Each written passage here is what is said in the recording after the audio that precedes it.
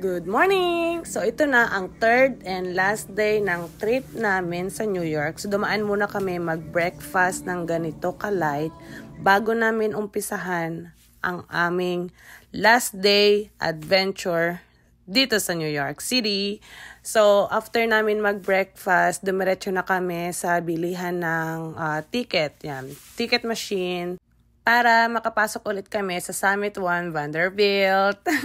So, kahapon, di ba gabi kami pumunta. So, ngayon, nabitin kami dahil sobrang pagod na namin. Pumunta ulit kami kinabukasan para makita namin yung view kung maulap pa rin ba. Kung may pag-asa ba. So, 3 ticket lang pala yung kailangan namin kunin kasi libre pala si Xavier. Ayun, wala pala siyang dapat bayaran. Pero nung una, nagbayad daw sila ng ticket niya. Kaya pala meron siyang bracelet.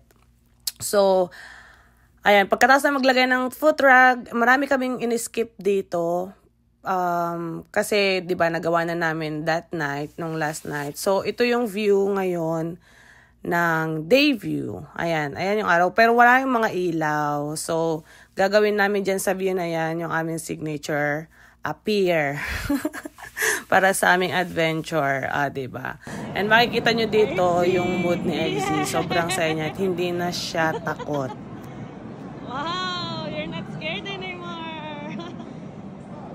Sa mga oras na to, maaga kaming umalis sa hotel. Mga 9 or 10, nakaalis na kami. Pero yung mga kasama namin sa kabilang kwarto, mga tulog pa sila. Kasi this day, maulap, tapos medyo maulan-ulan. So parang tinatamad silang lumabas. So nag-decide kami na kami na lang munang lumabas. And since nag-ask naman si KJ na gusto niyang pumunta sa library. So pagpunta namin ng library ng 11, since Sunday pala yan, sarado pala siya. So since yung library malapit lang sa Summit 1 Vanderbilt, nag-decide kami na bumalik sa Summit. Tapos, pag-open ng 1 p.m. ng library, babalik na lang kami doon. So dito, nagawa namin yung mga hindi namin nagawa nung gabi kasi nga sobrang pagod na kalalakad, hindi na namin masyadong na-enjoy din yung pagpunta dito nung gabi nung nandito kami. So yung mga hindi namin to nagawa. So ngayon, sinulit namin, kaya nagawa namin. Tapos, tinawagan namin yung mga kasama namin. Sabi nila, pag huminto daw yung ulan, lalabas daw sila. Tapos, doon na lang kayo magkikita-kita sa Brooklyn Bridge.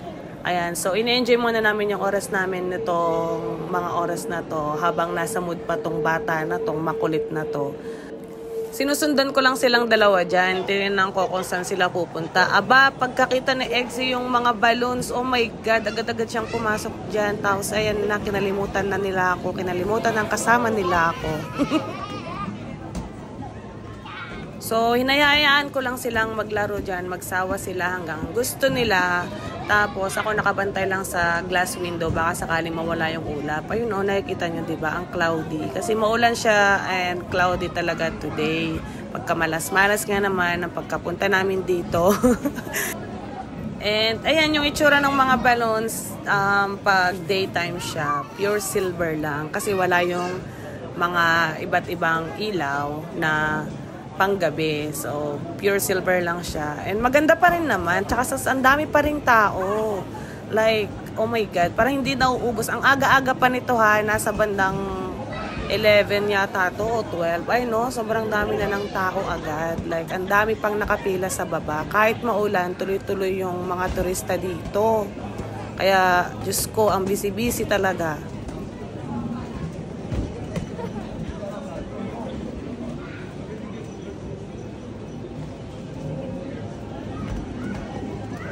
Dito sa room na to, hinayaan ko talaga silang maglaro. Hindi ko na inisip yung sarili ko na mag-picture dito o kahit ano pang gawin ko during daytime. Basta hinayaan ko silang sulit-sulitin nila yung araw nila kasi syempre nasa mood sila and since maganda yung mood nila, sulitin na talaga. Kaya sulit na sulit naman yung last day namin dito and yung pagbalik namin dito kasi nakita nyo naman, kinuha namin ang photo printed namin na mga picture. Tapos, yung may kasama siyang album. Nasa ano lang yung binayaran namin yata dito. Nasa $40.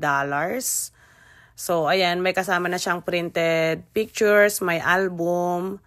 Tapos, meron ding link na pwede nyong i-download yung mga pictures in 30 days. So, pagkatapos namin doon, since open na yung library, ayan, pagbigyan ang bata kasi hiling niya nga naman makapasok sa library kasi sabi ng mga kaklase niya, wag daw niyang palampasin yung pagkakataon na makapasok sa New York Library. Then pagpunta namin doon, nakakita kami ng nagsushoot na rapper yata to. So nilapitan ni KJ. Tapos tinanong niya yung title daw ng kung ano yung nire-record nilang title na kanta kasi bibigyan daw niya ng support. Tapos yan, kinuha niya yung username or page yata nung rapper. Tapos nakipicture-picture din kami dyan. So naglibot-libot pa kami. Pero mayroong mayroong mga reading section pero para lang sa mga nagre-research and I think may membership yata. So hindi pinapasok si KJ. Tapos sabi nila meron daw talagang library sa tapat. So ito 'yon. Pinasok namin yung tapat tapos naghanap siya ng libro na gusto niya.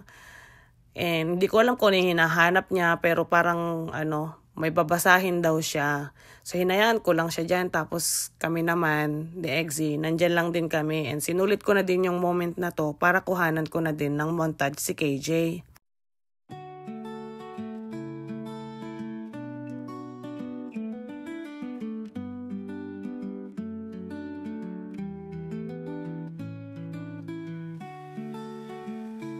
So after namin sa library, bago kami pumunta ng Brooklyn Bridge, kumain muna kami kasi hapon na to mga bandang na yata to, mga between 4 PM and 5 PM and kailangan namin magmadali kasi kailangan namin abutan yung train na papunta doon. So kailangan namin makarating doon bago kami ulanin. And nandun na yata, on the way na din yung mga kasama namin. So doon na kami magkikita-kita.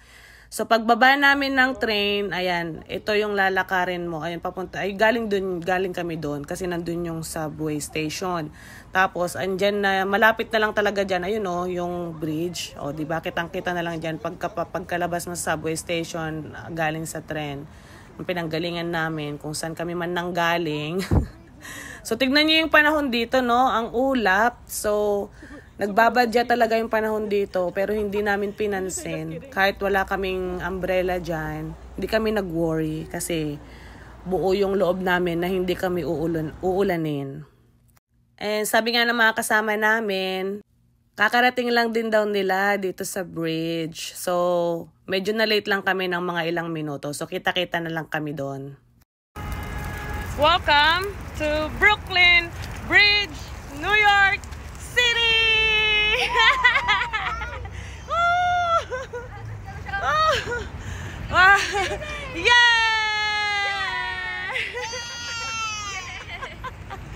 Medyo natatawa ko dito sa sarili ko kasi akala ko malapit na lang pagkababa namin ng subway station dahil tanaw mo nga yung bridge. Akala ko sobrang lapit na namin sa katotohanan. Nako, paakyat pala. Medyo paakyat yung papunta doon tapos malayo-layo pa palang lakaran. Kaya medyo napagod din talaga kami.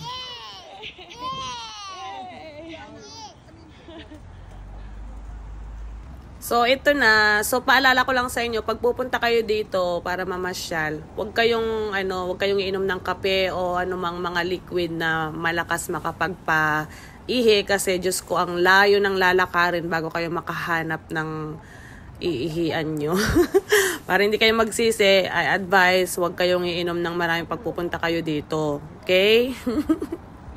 So, konting-konti na lang talaga. Malapit na tayo sa katotohanan. Ayan na talaga. Tanaw ko na. And this is the moment of truth.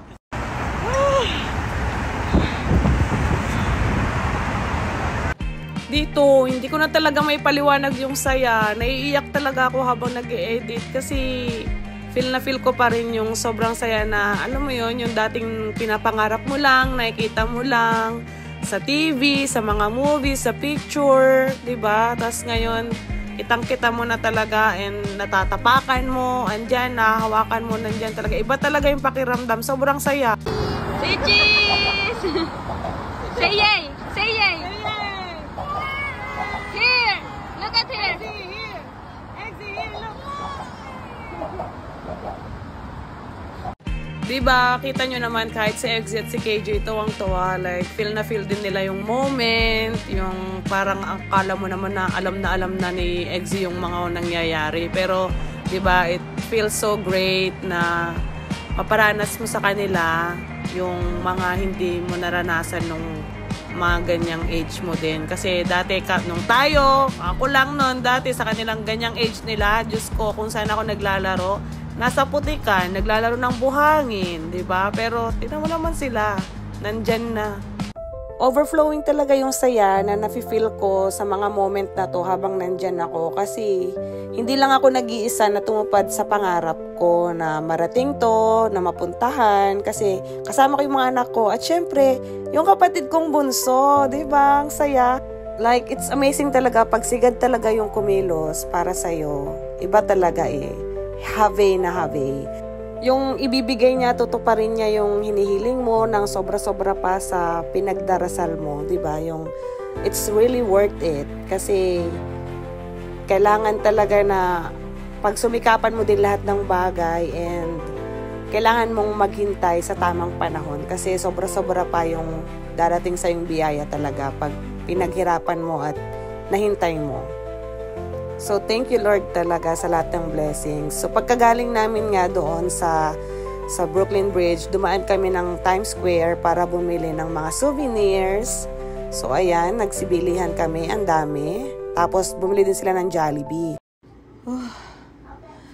Kakauwi namin sa hotel and we've been out and walking for like 14 hours. Oh my God, 14 hours kami naglalakad. Habang lakaran sa New York. Ayan, sakit sa paa. Yan o, namumula. Diyos ko. Grabe. Sulit ang pagod ng paa.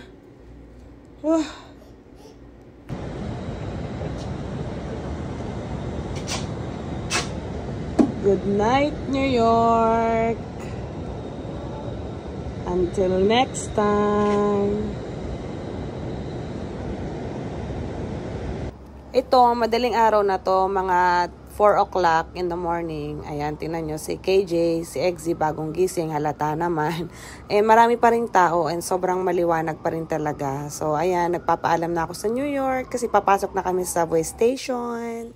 So, pagpasok namin dito, hanapin namin kung saan kami maghihintay para sa aming train. Kasi sobrang lawak ng subway station na to, hindi ko kabisado. Kaya kailangan kong magtanong sa mga nandito or sa security guard para alam ko kung saan ako pupunta. Baka mamaya mali yung pinaghihintayan namin. So, nakita ko nga to, parang sa airport lang, no? So, yan, nakita ko yan. And on time naman kami. So, saglit lang din naman kami naghintay dito. Tapos, nakasakay na kami agad. Ayan, si Exy, nakasakay sa kanyang, luggage. Tapos, antok na antok pa siya dyan kasi madaling araw to. So, dito ko natatapusin yung aking vlog and thank you for watching. Have a good day everyone and ingat kayo palagi. Love, love. Mwah.